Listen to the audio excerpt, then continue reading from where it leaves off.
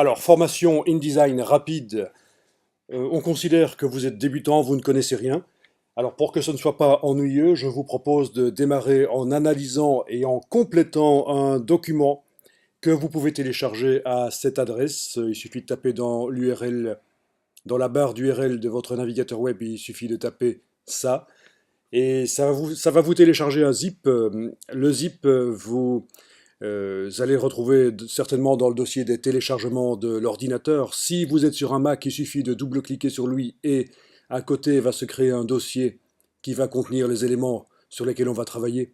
Si vous êtes sur un PC, même chose, ça va arriver dans le dossier des téléchargements. La différence, c'est que sur le PC, si vous double-cliquez sur un .zip, sur un dossier compressé, en fait, eh bien vous allez arriver, contrairement à ce qui se passe au Mac, à voir ce qu'il y a dans le dossier. Vous allez voir les différents éléments, mais ils seront inutilisables. Si vous essayez par exemple d'ouvrir dans InDesign le document InDesign qui est dans le zip, vous aurez des messages d'erreur.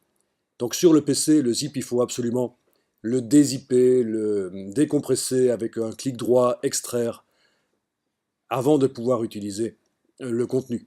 C'est le gros piège du PC avec les fichiers zip. Régulièrement, on m'appelle pour me dire qu'il y a un problème avec le zip.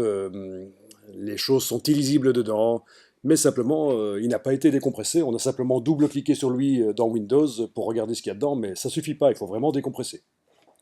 L'adresse complète, elle est là. Bon, donc ceci est une version raccourcie de l'URL qui vous donne accès au zip avec le document sur lequel on va travailler.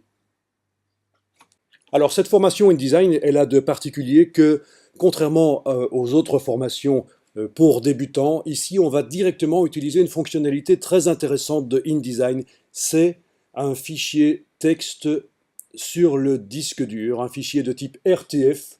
Ça aurait pu être un fichier doc, c'est la même chose, le principe est le même. Alors la différence par rapport à ce qu'on fait d'habitude dans InDesign, c'est quoi? C'est que d'habitude dans InDesign, on tape directement le texte dans InDesign, ou alors on l'importe d'un fichier Word, ou alors on le colle de quelque part où on a été le copier. Mais ce qui va être fait ici, c'est différent.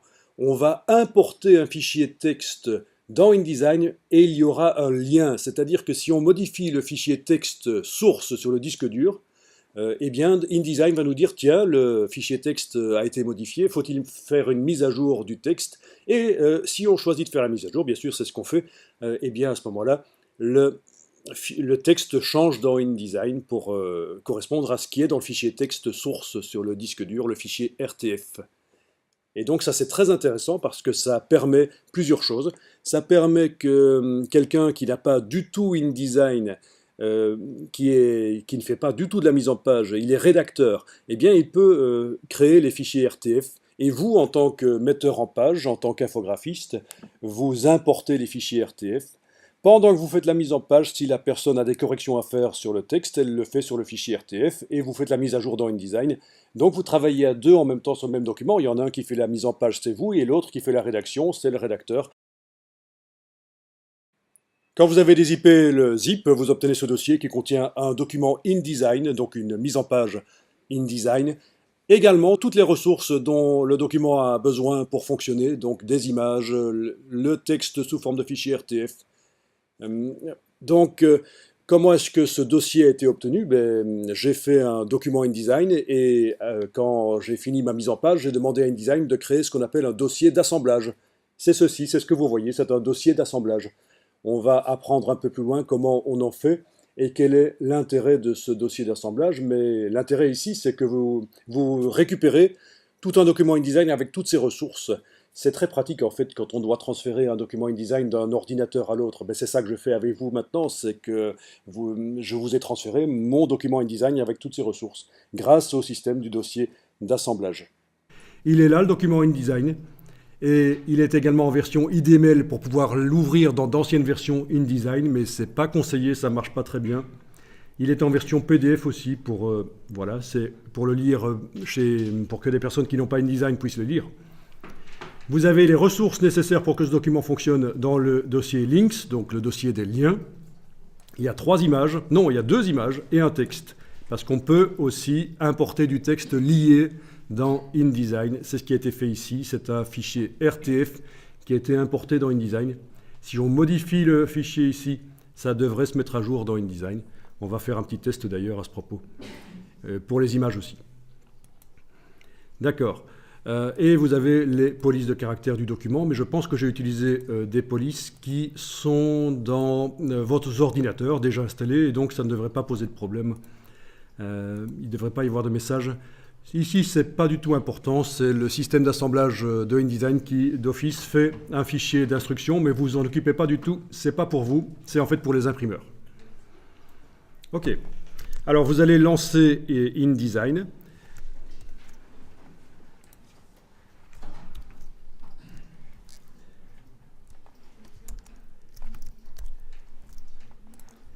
Et voilà, on va voir ce que vous obtenez. Moi, j'ai mis l'interface en gris parce que, en général, pour la projection, c'est mieux que l'interface noire, mais c'est juste un changement que j'ai fait ici.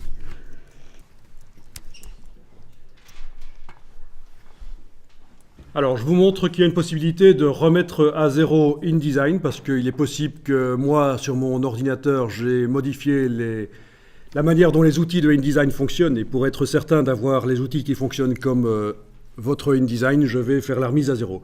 Vous n'avez pas eu besoin de faire la remise à zéro parce que vous avez ouvert une session User qui d'office supprime les préférences au démarrage.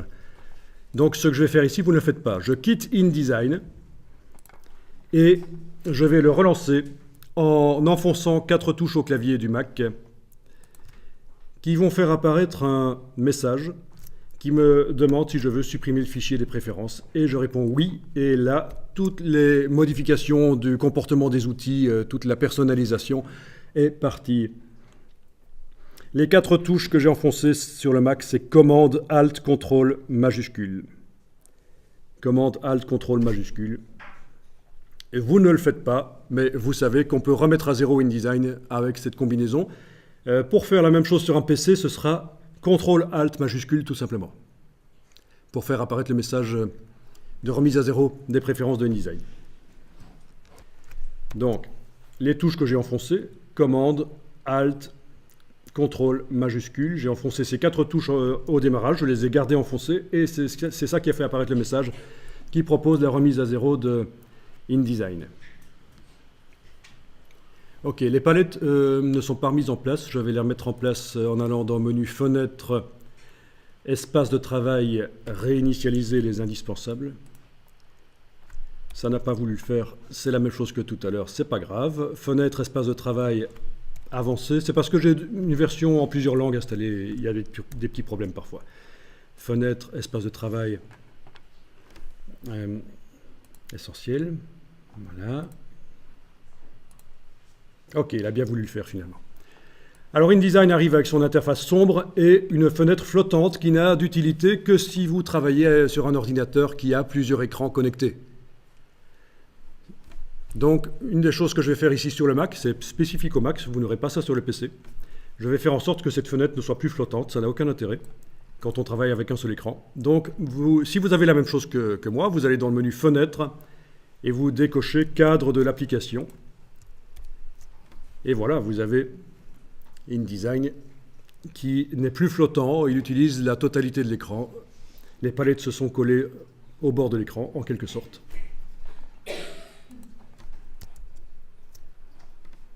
Si vous voulez modifier l'interface, comme moi, mais vous allez dans le menu InDesign, qui est propre au Mac, vous n'aurez pas ça sur le PC. Pour le PC, il faudra évidemment aller dans le menu Édition Préférences. Et dans le menu InDesign ici, vous avez les préférences. Donc sur le Mac, menu InDesign Préférences. Et vous avez quelque part quelque chose qui concerne l'interface. Voilà. Et c'est là qu'on peut choisir si on préfère la voir plus claire, éventuellement, ou très claire. Bon, je vais la mettre ici en gris moyen, c'est pas mal. Comme ça, on a le texte, tous les menus, tout ça, qui sont en noir sur fond clair, au lieu d'être en clair sur fond foncé. Au niveau lisibilité, c'est peut-être un peu mieux, mais c'est vous qui voyez. Ça n'a aucune importance, le type d'interface que vous choisissez. pour InDesign. Il fonctionne tout aussi bien en clair qu'en foncé, bien sûr.